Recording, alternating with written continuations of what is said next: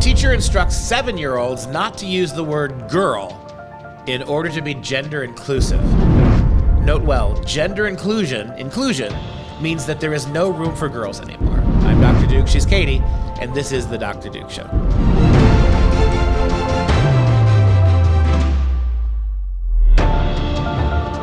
Hello, everyone, and welcome to the Dr. Duke Show, the only program that keeps you educated on the craziness impacting K-12 classrooms and college campuses around the world. Today's show is sponsored by Mike Lindell and our friends at MyPillow. Save up to 66%. That's a lot. I don't know my math very well, but that's like 2/3 at MyPillow.com when you use the code Dr. Duke, D-R-D-U-K-E. Support us by supporting MyPillow, and we support them, they support us. Capitalism. Today we start in the state of Washington, where 7-year-olds, second graders, are being told not to use the term girl as part of their gender-inclusive training in taxpayer-funded classrooms. Don't use the word girl. We want to include everybody, but don't use the word girl. So girls who actually believe they were born girls and go by girls, you don't use that, okay? So, a public elementary school in Bellingham, Washington. This is in Washington. Shouldn't surprise you. But here's what happened. A tip was given to the Young America's Foundation Campus Bias tip line. And so they shared an Instagram page for the school's Equity, Diversity, and Inclusion group. So the simple fact that there's a whole Instagram page for the elementary school dedicated to the equity, diversity, and inclusion already says everything you need to know. So on this page, the teacher bragged about how we introduced pronouns on the first day of school in a second grade classroom. Bing, bang, boom, it's right out there. They're not trying to hide it.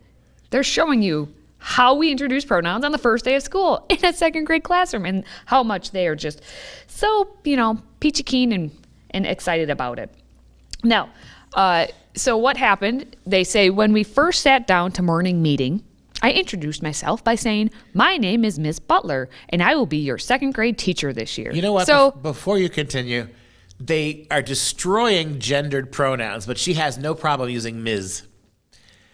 I mean, that's wouldn't how you think? Ms. identifies. Yeah, I mean, that's the point. Ms. implies female, doesn't it? Yes, but Ms. had a choice. We'll get to that. So Ms. Butler, and I will be your second grade teacher this year. So first impressions, okay, sure, sounds good. You're my second grade teacher. If you're talking about me and you don't want to say my name, you can say she, like this. She is my teacher. The fact that you even have to go over that is sad. After recess, we read The Day You Begin by Jacqueline Woodson. As we looked at the cover and made guesses about what the book would be about, one child said, I think the girl is walking into her new classroom. Okay, can we take a look at what the cover of said book looks like? Clearly, that is a female. But back to what we were discussing. I said, oh, that is so interesting. I heard you say girl when you were talking about this character. We actually don't know someone's gender just by looking at them. We can read the book to see if we get any clues. And yes, I purposely read it like that because that's how elementary teachers talk, which is fine, except when they're trying to unload this bleep on the students. It is a lot of bleep. Another child raised a hand. I'm doing it now. Another child raised a hand to say, maybe the character says they, them. I responded by saying, some people use those words when they aren't using their name. Let's use those little words to talk about our character for now, and if we find out something different, we can change what we're saying. Do you see how convoluted this is for a 7-year-old? Do you see how utterly, totally, thoroughly unnecessary this is when you're trying to teach? What is the purpose of the public schools now?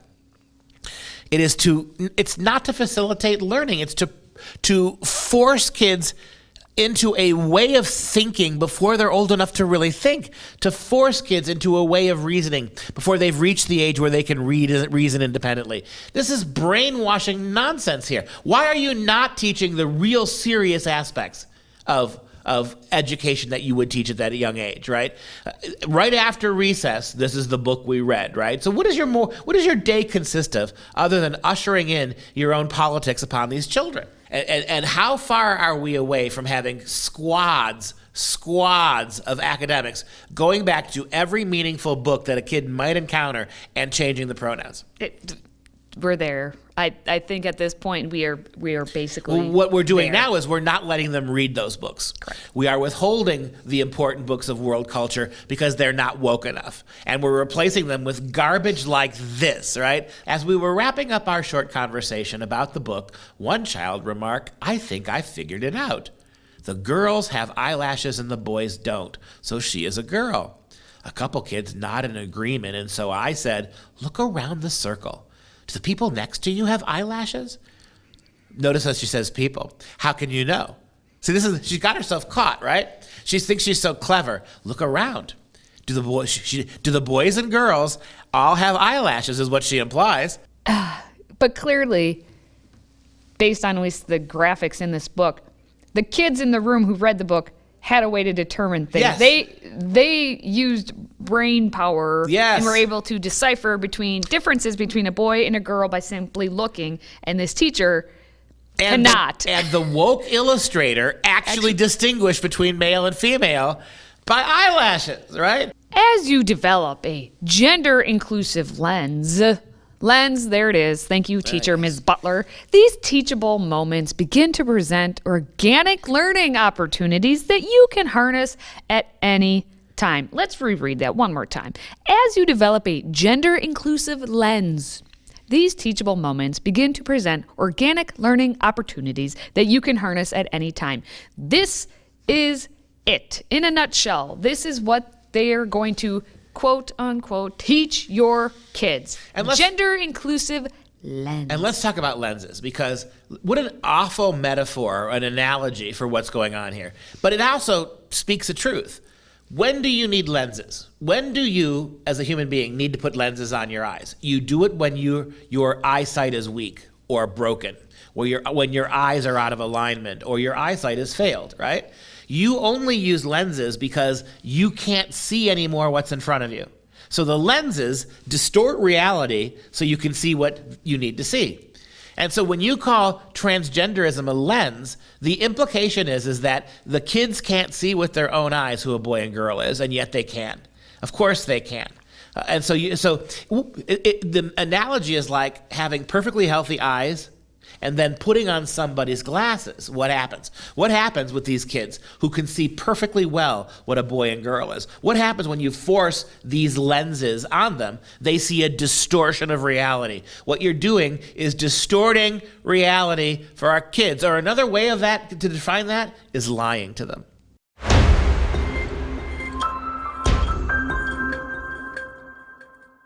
All right, before we move on, just a quick reminder that the best way to access our content is to download the Freedom Project Media app. Simply search Freedom Project in your app store, download, and then once you download, allow for notifications. Also, if you like listening to the audio podcast, we are available on Apple, Google, SoundCloud, and everywhere else. Now, we're going to go to the land of the crazy town. Not California. We're going East Coast. To Fairfax, which if we don't have Virginia in here at some point, we're just not doing our jobs. Well, basically, I want to ask you the question. What is the best job in the whole wide world? Dr. Duke, do you have a suggestion? What is the best job in the whole wide world? That's good answer. It's possibly, you would think it's one where you wouldn't have to work and you would still get paid, right? Well, you would be wrong, because it is actually one where you don't work, you still get paid, and then you get a bonus on top of it. And that's what's happening, my friends, in Fairfax. Wait. Isn't that what's gone on with our unemployment system, where you're getting paid not to work, and then you get raises to not work even less, which is why we've got 10 million available jobs and 8.4 million unemployed people, because we keep giving them raises. Yes, but there's reasoning for why we have those. We do? It's a little thing that starts with a C and ends with an ovid. Crap. That's the reasoning. But we're not talking about that now because All we're right. talking about Fairfax, Virginia. Just threw it out there. Fairfax, Virginia. And it's not just like, oh, thank you, teachers. Here's your check. And also, we threw an extra $100 in there. No. It's only $32.7 million. $32.7 million in bonuses for teachers who were paid the extra for their extraordinary contributions and sacrifices. I'm quoting that. Extraordinary contributions and sacrifices during the coronavirus pandemic. These are the same teachers and the same school boards that refused to teach live, Yes. that balked at teaching online, and that refused to open the schools well after science said it was okay.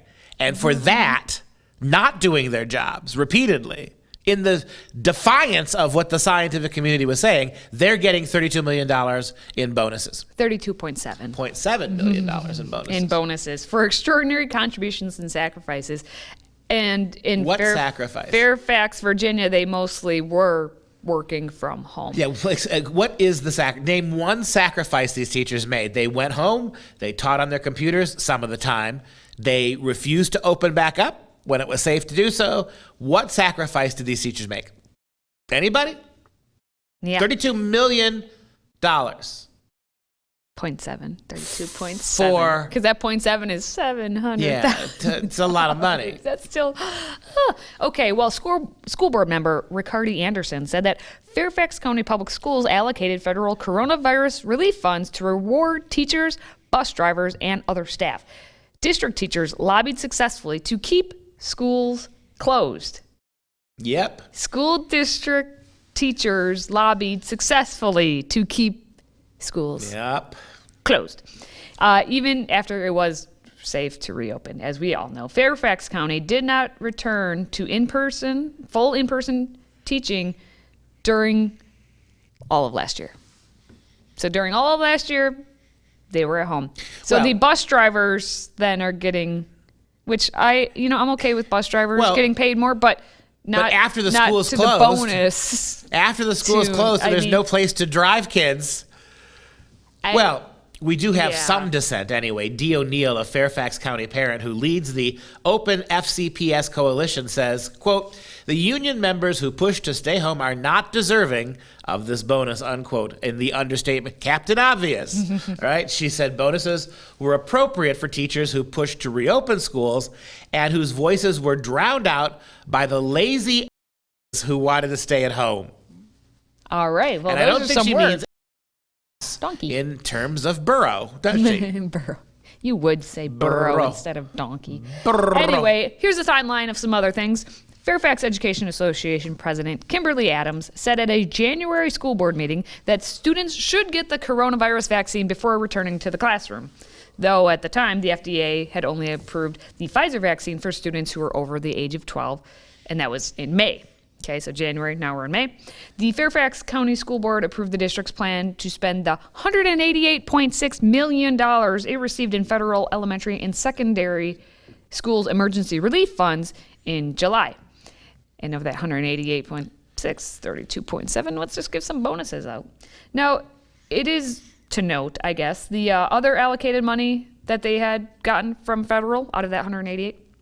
The district is going to use some of that money to fund coronavirus mitigation strategies and address pandemic-related learning loss. But I thought, as we learned, was that just yesterday, learned that there was no learning loss, at least not in L.A. Maybe, you know what, in Fairfax, Virginia, there was probably some learning loss, but in L.A., go watch that episode and learn how there's no learning loss that took place in Los Angeles. Anyway, the district is also directing some of the relief funds to increase the wages of bus drivers to $22.91 an hour. $22.91 an hour? I'll drive bus. I rode the short bus, but I also drove the short bus. I'm waiting for a joke. I'm waiting. They can't see if they could see how small you were, it would make sense. But it's just my size bus. We have no visual to underscore the joke, so it's not going to work.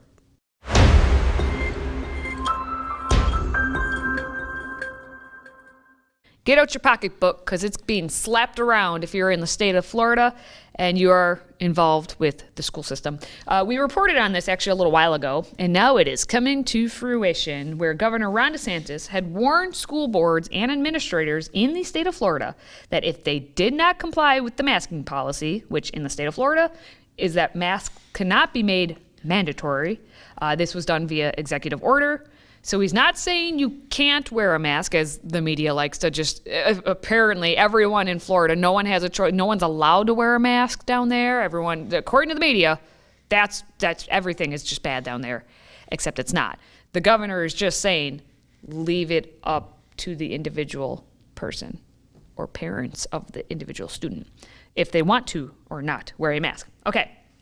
So the governor had said that they would maybe have it so if the administrators, school boards didn't follow that, they would have their salaries withheld. And guess what happened? Dr. Duke, what happened? Governor DeSantis actually did what he said he was going. Governors of America unite. This is a golden moment. We found an actual governor who does what he says he's going to do. What? It's like a unicorn. It's like a unicorn. Finding a unicorn. Well, according to the news, Commissioner of Education Richard Corcoran announced that the Florida Department of Education has withheld the monthly school board member salaries in, is it Alachua? I believe it. Yeah. I'm not from Florida. I don't know the county. In Broward County. So 2 locations, as directed by the State Board of Education. The withholding of funds will continue monthly until each school board complies with state law and rule. Now, the question is the Fed stepping in and reimbursing those monies? That's another thing that the federal government, Biden's government, has guaranteed that we will defend school districts who want mask mandates from what Governor DeSantis is doing. So if the question is that money coming in at the Fed level, which would be really a dangerous game. The Fed's now circumventing the rights of states this way. It's something I could see Biden doing. At the same time this is happening, a judge had ruled that Florida school districts can levy mask mandates on students, which noted that the judge issued an injunction barring the education department from hitting school boards with punishments. So it's a battle down in the state of Florida as to what's happening with these mask mandates, and if it's allowed, if the local districts can enforce something, or if the state has to do it, and who's getting punished and who's going to have to pay these fines, or we'll see what happens. But the judge had said he would issue his order, but it hadn't happened yet, and there was a window basically of action that it allowed the Department of Ed to maybe sneak in there and get it so that they could get fined. But then it's a whole battle in Florida. Florida, let us know what's happening. Injunction junction, what's your function? It's to punish dumb school educrats. Gotta love it.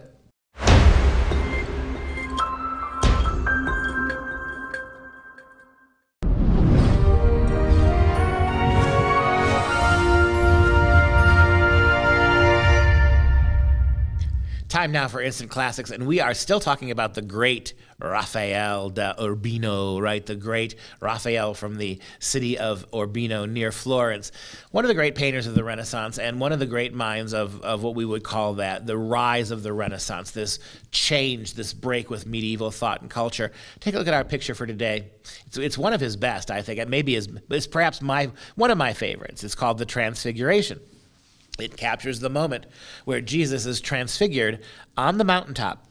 Take a look at the close-up, and there you see it. You see Jesus hovering with Moses and Elijah, the 2 great prophets, the 2 perhaps greatest prophets of the Old Testament.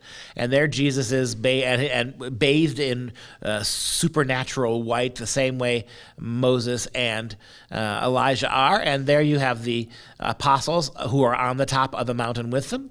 Just a couple of them came up there, and they're seeing this now. And then you've got down at the bottom a foreshortened crowd of onlookers who are looking up, and from their vantage point, they're able to see up there as well. All that has been condensed by Raphael in the painting. People call this perhaps his spookiest painting. The Transfiguration remains one of Raphael's most controversial works, due in no small part to the fact that it was the last picture before his untimely death. We think this was the last picture he painted before he died on his 37th birthday. As a very young man, died in 1520 from a fever purportedly induced by too much sex with his mistress. That's what the sources tell us anyway. He overdid the physical relations with his mistress. Curiously, the painting was to be accompanied by another work, The Raising of Lazarus, by Raphael's two greatest rivals, the Venetian painter Sebastian di Piombo, and of course Michelangelo himself. Although the Transfiguration of Christ was a popular scene to depict at this time, Raphael, always fearless and undoubtedly trying to pull one over on Michelangelo, they had a nice friendly rivalry between the two of them, Raphael decided to combine two biblical scenes for the price of one in this picture. The bottom half shows a boy being exorcised of demons. The top half portrays Jesus ecstatically reveling in his body's divine glory and overawing his onlookers before he ascends to heaven. The painting ranks in the top 3 of my list, certainly because of its sheer uniqueness. There is no pictorial tradition for this conflation. A exorcism below, a transfiguration above. The link, of course, is the power of Christ to rise above mortality. Those are today's stories. If you have a question for us, please feel free to drop it into the mailbag by emailing askduke@fpeusa.org. And that's going to do it for this show for Freedom Project. I am Dr. Duke. In case you didn't notice, she was Katie. And until next time, which is tomorrow, I want you to stay incredibly educated, my friends, and come back.